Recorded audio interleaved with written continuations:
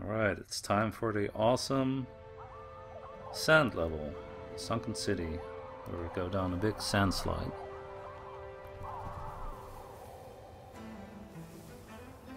So let's hear another guideline. It's actually one that I've already been talking about in the previous levels, and that's the rule is don't spoil things. So again, you want to give your companion the ability to figure things out in later playthroughs.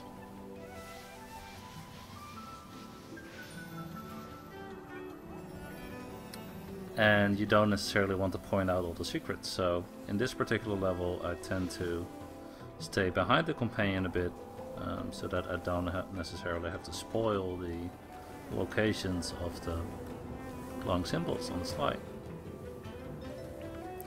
Now on these slide parts it's very important that you do stay close together, because if you are going to lose your companion involuntarily, meaning that neither of you were actually logging off, then it's going to happen on these slides, because if you go too far, then you're going to be paired up with somebody else. So make sure that you always stay either behind your companion or right in front of them.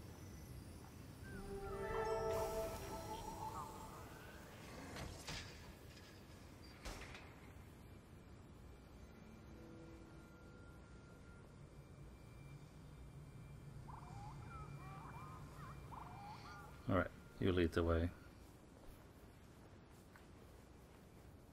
So there you see those pieces of cloth flying in the background.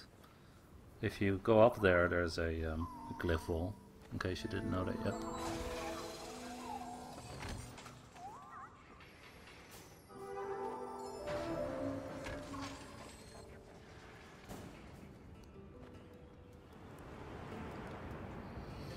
Which, again, I'm not going to spoil, because it will be unnatural. I didn't find that glyph wall the first time I played this game, so I'm not gonna find it now that I'm pretending to play the game for the first time.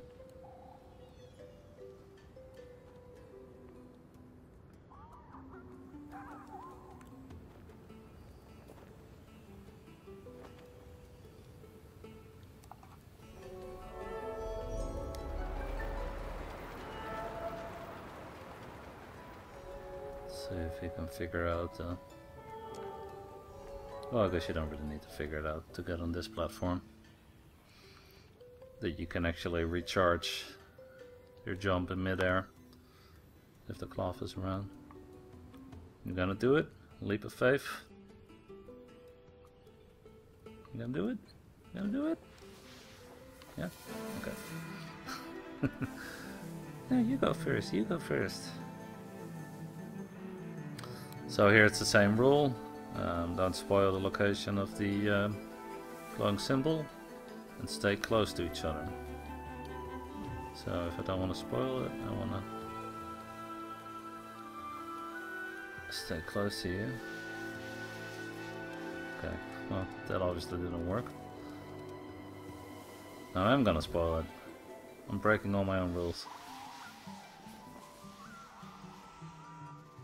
Did he follow me in? Looks like it. Alright buddy, you get that one on the house.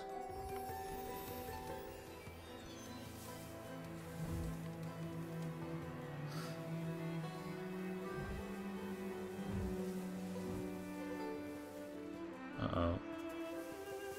Did I lose you already? Oh no, there you are. Like I said, don't go too far ahead, especially on this bit. It's very easy to lose track of where your companion is, in the sense that you don't know if you are too far ahead of him or too far behind him.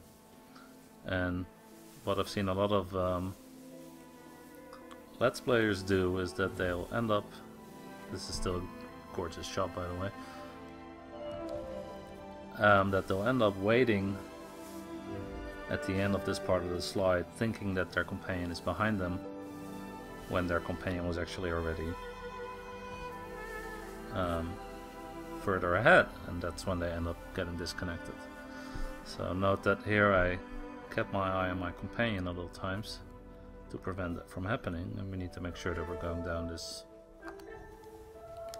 slide on the same time.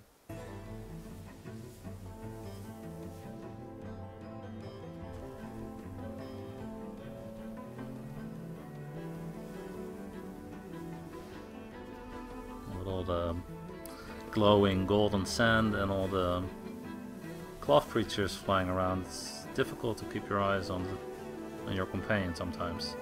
But it's good that they glow and chirp sometimes.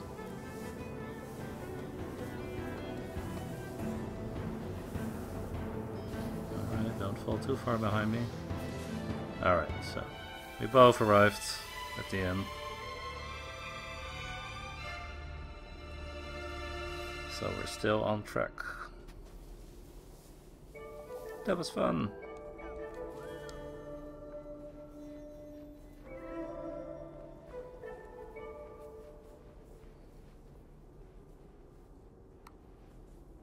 You want me to go first? This part of the game is usually where people start to feel kind of a sense of dread. That the happy times are over of the game, and that things are becoming a bit more gloomy. And again, the game does a really good job with the atmosphere here and the lighting and the music.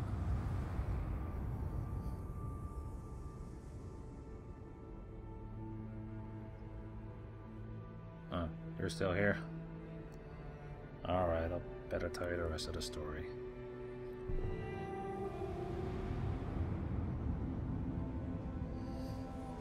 At some point, the cloth started running out. The energy that it provided was dwindling as well.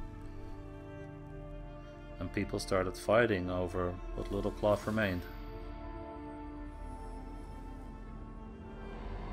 And the fighting got so bad that a civil war broke out, where people would fight each other with giant, snake-like flying cloth hunter machines.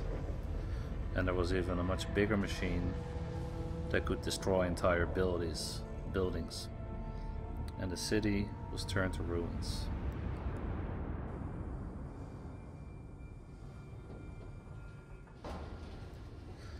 Heavy stuff, man.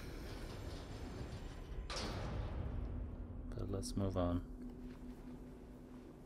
We got a journey to finish.